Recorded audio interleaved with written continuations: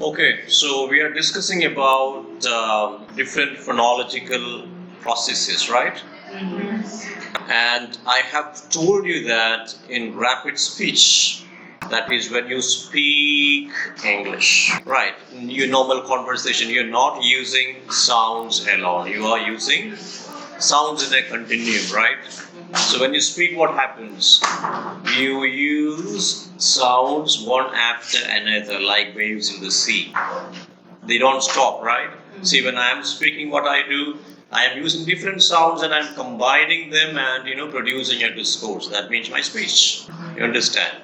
So when speech is undertaken, the sounds which are unique when they are individual undergo certain changes. When a sound is alone, it is individual sound. It has its own personality. It has its own speciality. Like you have your own speciality, she has her own speciality, you have your own speciality. Okay, you're all individual. But when you use sounds in connected speech, they undergo certain changes. And you must understand those changes when you speak English. That is very important. Why it is very important? Because your pronunciation will be affected if you do not follow this. Do you understand? Pronunciation is very important. Okay, so sounds are not pronounced as they are when they are individually spoken, when they come in connected speech. So I'm going to talk about certain aspects of rapid speech, or certain phonological processes which are part of rapid speech. They are assimilation, elision, deletion, apocopy, and insertion. I'm going to talk about assimilation, elision, deletion, apocopy, and insertion. Understand? Assimilation, elision and deletion are the same thing. Elision and deletion, apocopy and insertion. These are some of the phonological processes that the individual sounds undergo in rapid or connected speech. Is it clear? So what is the specialty of connected speech? The specialty of connected speech. Okay. Connected speech. Okay. In the language use, we use the words not in isolation but connecting them together. In the written form, words maintain their identity, but in speech, they are not so. When you write something, each letter is unique. You write all the letters, right? But in speech, they are not so. Connected speech is a pattern of changing sounds which are garnished by stress and varying pitch of the voice. When I taught you word stress, when I taught you sentence stress, you understand that, how these affect the speech or the pitch of the voice. Like, when I told you about intonation, do you remember intonation? The rising and falling of pitch of the voice. What is pitch of the voice? It is nothing but, the vibration of your vocal cords. Sometimes you may have a high pitch, sometimes you may have a low pitch. Okay, sometimes your pitch goes down and comes up like that. So in connected speech, there are many differences that sounds undergo in contrast with when they are used individually. In connected speech, individual sounds are influenced by their surrounding sounds and accentual and rhythmic pattern. See, one sound is influenced by the surrounded sounds. If one sound is here, is this sound will be influenced by this sound and this sound, because this sound comes in between them. And also by accentual. I told you about what is accent, relative prominence that you give to one's level. And rhythmic patterns, when you use the rhythm of speech, that also affect individual sounds. So there are 44 sounds in English, but these 44 sounds are used differently in connected speech. Okay, the first one is assimilation. there will be a question of all the phonological processes. So you have to understand each and every phonological process that I am discussing. Okay. First one is assimilation. So assimilation is the way in which sounds influence each other in a continuum. The way in which sounds influence each other in a continuum is called assimilation. And David Crystal says a term in phonetics which refers to the influence exercised by one sound segment upon the articulation of another so that the sounds become more alike or identical. Understand? So one sound is there, and what does this one sound do? This sound influences the other sound and make it like or identical to that particular sound. That means if I am a sound and I have a very close friend who is standing just beside me, I influence him so that he becomes like me. That is assimilation. You understand? No. For example, 10 books. See, 10 books. But when you speak it, you don't say 10 books. It becomes 10 books. 10 books, especially by native people. Okay, so we may be very careful in pronouncing each sound, maintaining its individuality. But in connected speech, especially when it is done by the native speakers of English, like Americans, British, Canadians, Australians, they have these characteristics in their speech. So for them, 10 books will become 10 books. Okay, 10 books become 10 books. The n sound becomes m sound here. And that place, it becomes that place. T becomes p here. That place becomes that place. That place. That means per influences the preceding t sound to be like the first sound. You understand? Per becomes t becomes per. Mer becomes sorry. Because of the influence ber, na becomes ma because both of them are bilabial. Ber is a bilabial sound, right? M is also a bilabial sound, but na is not a bilabial sound. But as b is a bilabial sound, it influences the preceding na sound also to be bilabial, and as a result, na becomes what? M. B, m. 10 books becomes 10 books. That is more convenient when you speak. Rather than saying 10 books, I can say 10 books. It's more comfortable for me. That is, in speech, comfort is a very important factor. The ease of speaking plays a major role, a very important role, in influencing sounds. So, another example in the word comfort.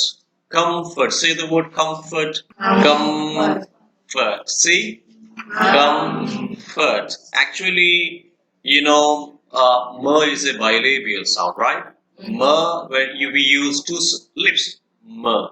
But when you say comfort, what happens is that this bilabial ma becomes labiodental. Why? Because fur is a labiodental, and this labiodental fur that is represented by the letter F here, it influences the m sound to be labiodental. See, it's not comfort, comfort, comfort. So the bilabial m becomes labiodental m. So it affects the quality of the sound anyway. The m sound is different from m sound. Slight change in quality. Okay. Similarly, the word try. Try. Say the word try. Try. Try. The alveolar t becomes post-alveolar under the influence of the post-alveolar r. Say r. What is place of articulation here? Post-alveolar, right? And say t. T. What is the place of articulation here? Sorry? Alveolar. Alveolar. That means, it is just immediately behind the roof of the upper row of teeth. The tongue touches the alveolar region, which is just behind the upper row of teeth. And R is even, the tongue touches behind it, post alveolar. So when you say Try. The R influences the ta also to become post-alveolar. When you say ta individually, it is an alveolar sound. That means the tip of the tongue touches the alveolar region, which lies just behind the upper row of teeth. And R is pronounced with the tongue touching or going towards the post-alveolar region. You understand? So, t, see, t is the original t, and in here, in this case, it becomes t. Try. You understand? Similarly, final t and d, when followed by a word beginning with year, are usually released to form ch and t. For example, when you say don't you, it's not don't you in connected speech. It is don't you. T becomes ch sound. Don't you, like helped you, liked you, grabbed you, told you. You got it? So this is what is known as assimilation. That means sounds influence each other. One sound influences the other sound to become that sound more or less like the influencing sound. Okay? Okay. The next phonological process is insertion. What is it? Insertion. Insertion is adding an extra sound between two other sounds. You insert a sound between two sounds which is actually not there. But for the ease of saying or for the comfort of saying, you add an additional sound. For example, when the plural morpheme sound is added to bus. What is the plural form of bus?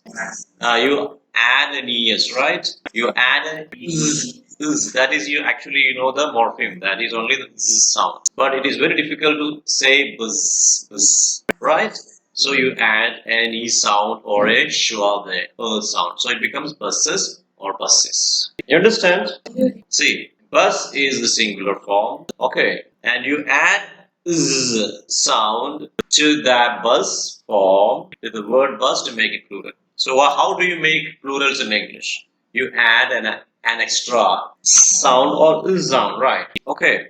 Now look at the spelling here. You have a e here, so that is making you confused. See, in English we make plural by adding an s. Books, we just had an s sound, right? But in some cases, what happens is that if when you add the sound or sound, it is very difficult for you to pronounce. Buses.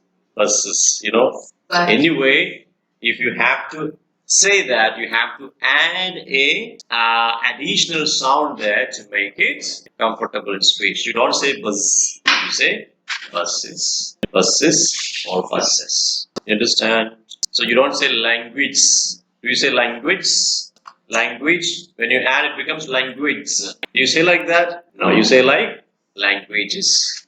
You don't say language, languages. You say bridges, not bridges. Like you say books. It's very difficult to say bridges. Okay, so you add a vowel sound, a schwa or an e vowel, a short vowel sound. Like you add a e or a schwa sound. So it becomes bridges, classes, etc. You understand? And sometimes by English people, especially people of Ireland, etc., they add an additional R, especially when the word ends in a vowel sound. For example, they don't say India and China. They say India and China. India. They add an R sound here. Okay, they say India and China. India and China. So for us, it is quite common to say India and China. But for them, it is easier to have an R sound in between and they make it India and China. These are all examples for insertion. Insertion means you add an additional sound between two sounds. And then we have deletion. Also we can call it deletion. Insertion. Insertion is adding an additional sound between two sounds. Okay, don't worry about it, I'll give you notes. Then deletion or elision is a process when a sound such as a stressless syllable or a weak consonant is not pronounced or omitted. That means we omit a sound. In spelling it is there, but we do not pronounce it. You understand? In spelling it is there, but we do not pronounce it. We omit that sound because it is a stressless syllable. We don't give stress to that syllable, or it is a weak consonant. For example, you say, how do you spell family? Family. But we don't say family, right? Even though we write it as family, we don't say it as family. We say family. Family. We don't say family, but we say family. That E sound is elided or deleted. Family. Say family. You say family. This is how we write family. Family. But in actual pronunciation, we don't say family, but we say family. Okay. And see this example. Handbag. Handbag. Do we say handbag? How do we say that? Eh? Very good. Handbag. Handbag. We avoid the D sound there. Handbag. Understand? Handbag. We don't listen to that D sound. You understand? Handbag. So that the sound is omitted or deleted. So many times I have heard people saying backdrop, background, background. It is not the background, it is background, background, background, background, background, background. Don't say background, background. Other examples, look at these words. Exactly. How do you pronounce it? Exactly. See, it is exactly, right? We have a T sound there. Exactly. But we don't pronounce exactly. We pronounce exact. Exactly. Exactly. That T sound is omitted or elided or deleted. Exactly. Exactly. You don't say exactly. Don't say that like that. It's very difficult. Exactly. No, exactly. Exactly. Understand? Similarly, mostly. Mostly. Mostly. Okay, we don't say, oh my god. How do you spell mostly? Ly. It's not I. Okay. Mostly. And we don't say mostly. If you say mostly, you have to change it. You have to avoid that sound. It is mostly. Mostly. Mostly. Mostly people in Zanzibar, you understand? Mostly I go, except like that. Mostly. Don't say mostly. Similarly, handsome. We don't say handsome, handsome, right? We say handsome. That the sound is not pronounced. Handsome. Similarly, windmill, how do you pronounce it? We don't say windmill, we say windmill. Windmill, windmill. And all right. We don't say all right, we say all right. Okay. So this is how we elide or we delete sounds. Okay, other examples. Perhaps becomes, perhaps. Ilham, do you follow me? You understand? Huh? Yes? Okay. We don't say perhaps that a sound is not pronounced. We say perhaps. Perhaps. Preferable. See? Preferable. Preferable becomes preferable. Preferable. Preferable. We don't say preferable. No. Preferable. Okay. We don't say temperature. We say temperature. Temperature. We don't say temperature. Temperature. No. Temperature. Temperature. That sound is deleted. Similarly, we don't say natural. Natural.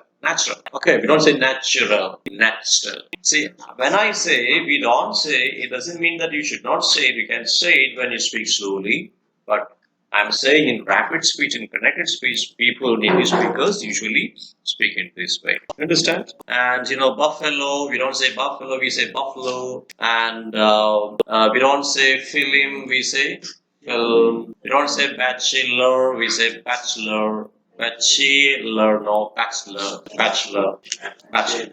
Don't say bachelor, bachelor. Okay. Okay. And then next one is apocopy. Apocopy. Apocope. Apocopy. Apocopy. Apocope. Okay. Apocopy is elision or deletion of consonant sounds at word boundaries. At the word boundaries or at the end of words, consonants are deleted or they are elided. Okay. For example. Apocope. A-P-O-C-O-P-E. A-P-O-C-O-P-E. Apocope. Apocope or apocope. Maybe apocope. I'm not sure about the pronunciation. It is the elision or deletion of consonant sounds. Consonant, consonant sounds. In the slides, there are some spelling mistakes. Consonant sounds at word boundaries. Elision or deletion of consonant sounds at word boundaries. At word boundaries. Vishad, what's your problem? You didn't hear me? Where? Which word? Elision of consonant sounds at word boundaries. Boundary means end, word endings.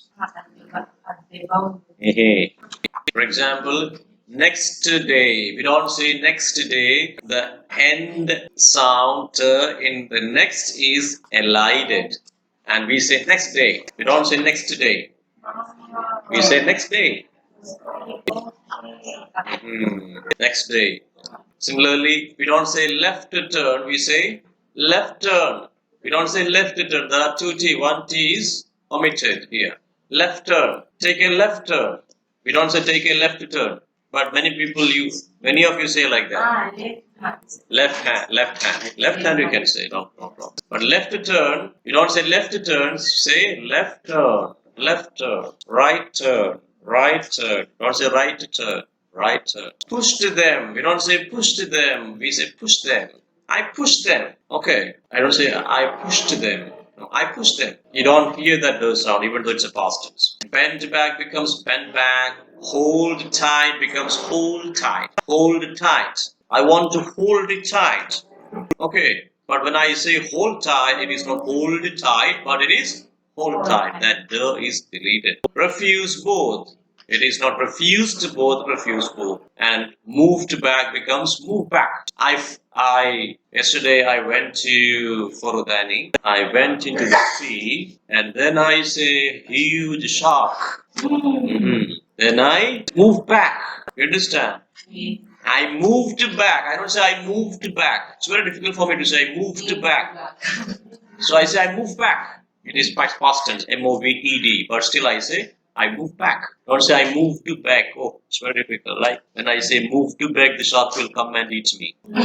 So I have to say very fast. Move back. I move back. Mbio. Mabiyo. Mbio is not right.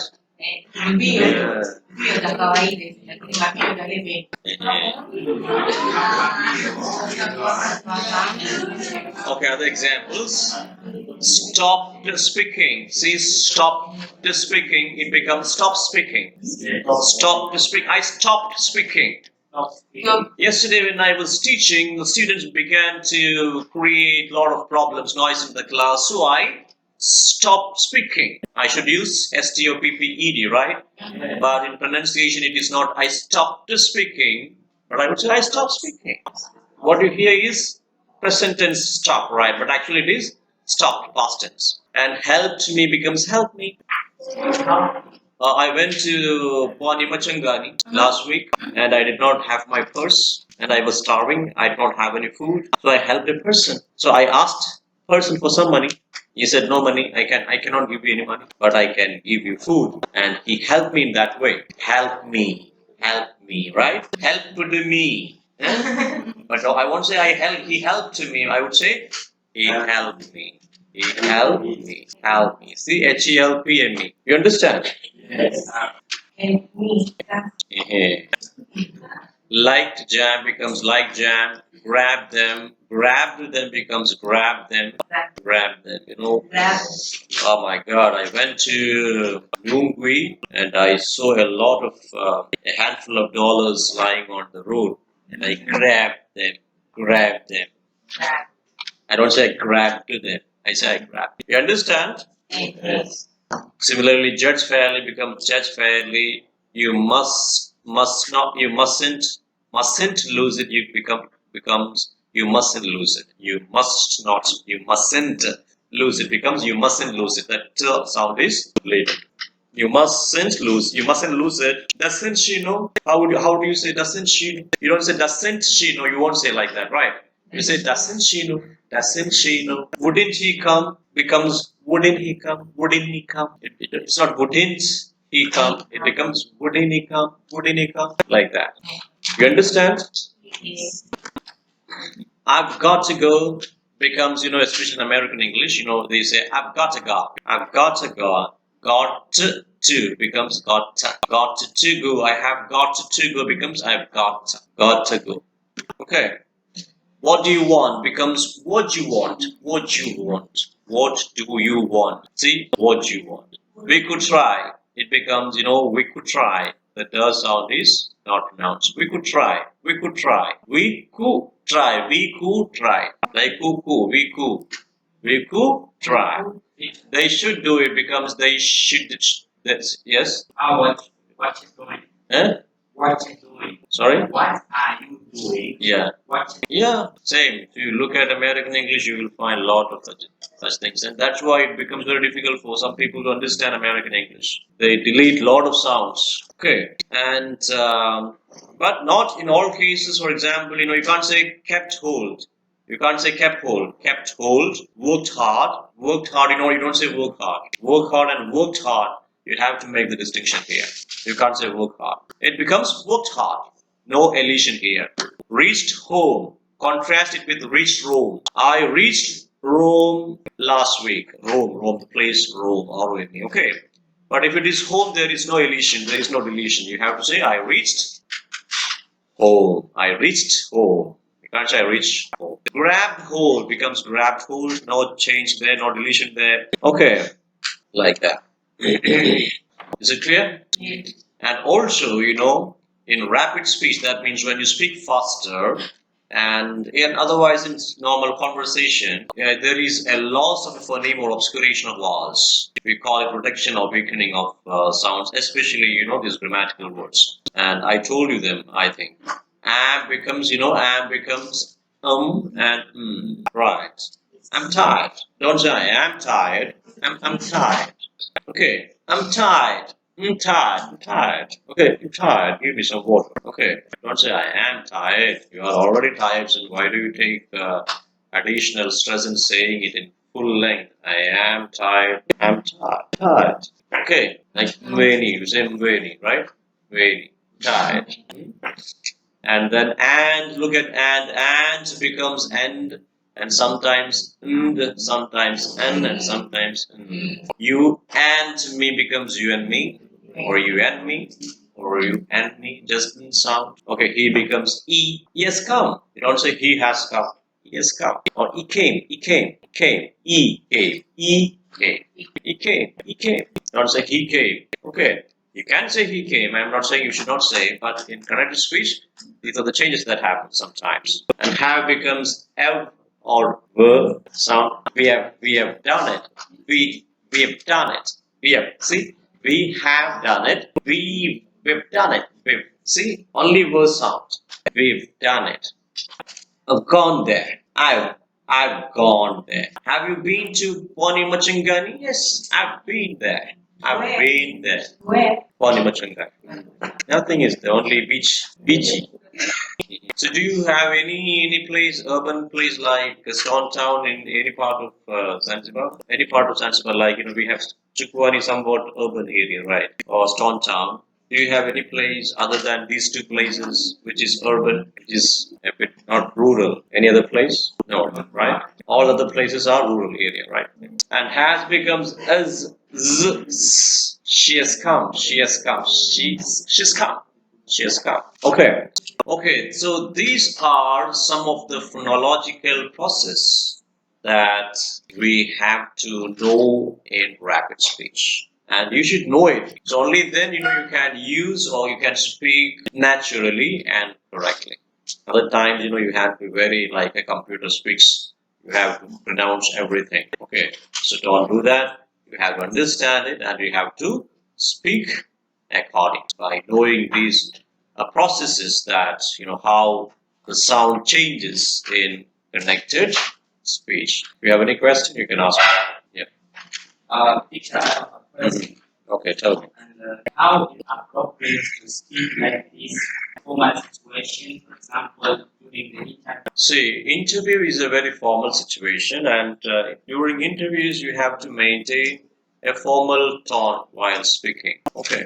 So you don't need to be very rapid when you speak. So all these process happens when you speak rapidly or in a normal conversation when you do not emphasize anything. So in interview you can have a slow tone or a decent tone where you have become very clear and all the atmosphere makes you to be a little bit, calm and slow and medium pace here. So many a time you don't need to have all these, phonological process applying in your speech. So it should be quite natural, If you think you can use, for example, introduce yourself. Well, I'm Mr. Mohammed. I'm Mr. Mohammed.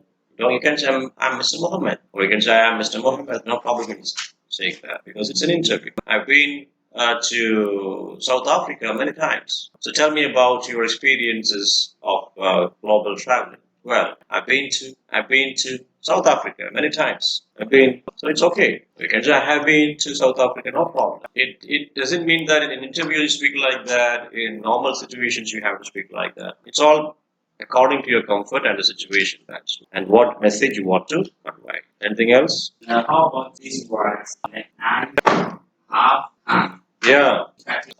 Because they belong to silent letters. It is not a phonological process because knife and half.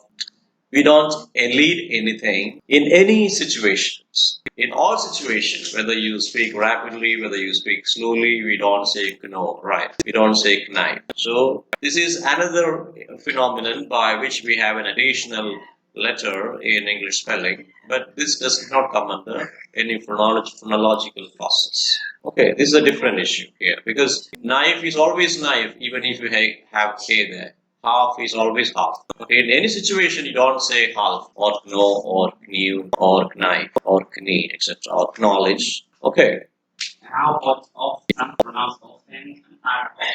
yeah, often and often. It all depends upon the place you are in. If you're in America, you should say often because this is the way that they speak. And if you're in Britain and other places, you have to say often. See, the reason is Americans try to make English language phonetic as much as possible.